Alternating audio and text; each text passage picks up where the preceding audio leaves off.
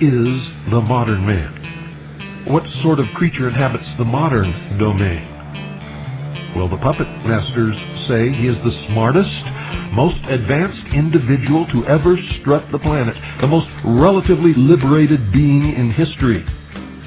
But Louis Ferdinand Céline said it well, quote, "What does the modern public want? It wants to go down on its knees before money and before crap," end quote.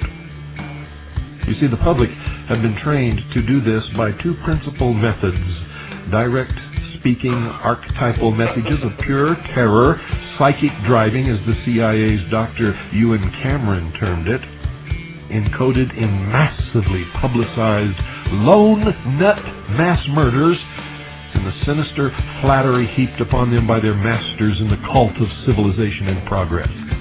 The acid test of a human being's freedom and will to protect the quality of his life lies in a person's attitude toward his oppressor.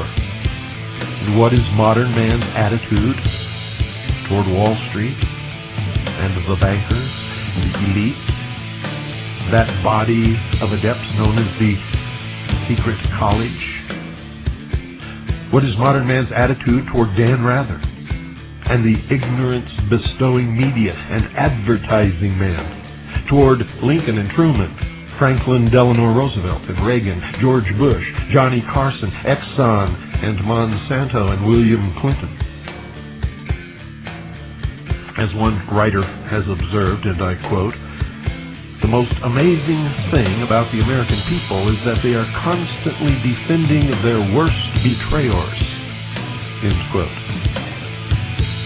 So I ask you again, who then is the modern man?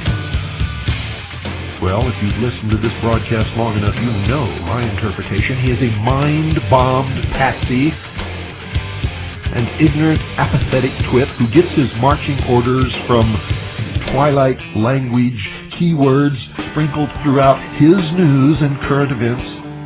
And even as he dances to the tune of the elite managers of human behavior, provoked by buzzwords, he scoffs with great derision at the idea of mass mind control emanating from the media and government. And that is most unfortunate. Modern man believes that he is much too smart to believe anything as superstitious as that. But the truth is, modern man, ladies and gentlemen, is the ideal hypnotic subject. Puffed up on the idea that he is the crown of creation, he vehemently denies the power of the hypnotist's control over him, even as his head bobs up and down on the string. What we observe in the population today are the three destructive symptoms of persons whose minds are controlled by alien forces, and I do not mean from Mars. These forces are amnesia, in effect loss of memory. The second is abulia, or loss of will. The third is apathy, loss of interest in events vital to one's own health and survival. Amnesia, abulia, and apathy are nearly universal among us today and gaining a greater foothold with every passing day. A Japanese philosopher, George Osawa, stated that there was only one incurable sickness: arrogance. If a patient does not regard himself as sick, he cannot submit to a cure. That's why I've urged you, ladies and gentlemen, if you want to see what is wrong with America today, go into your bathroom and look into the mirror. You will find the problem staring at you. And at that point, when you make that realization, you must admit to yourself, I have been stupid, I am ignorant, I am apathetic, and I must change. And if you do not, nothing will change, nothing will become better, nothing at all. The arrogant man does not need to see. He already sees almost everything. And what he thinks he has yet to learn, he believes the experts will one day show him. These experts, they do not have the man's interest at heart. They are not really doctors of the soul, ladies and gentlemen. They are, in fact, his worst enemies. his most cunning manipulators who lead him to do their bidding like any slave master since Egypt. Why then does modern man revere them? Well, very simply, because, ladies and gentlemen, they flatter him.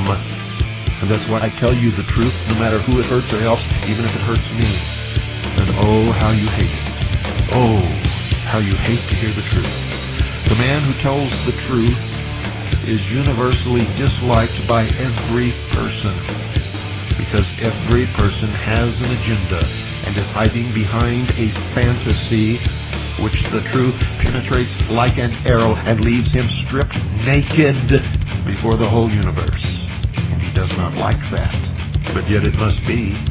For a great man once said, my leader once said, seek ye the truth, and the truth will make you free. Nothing else will.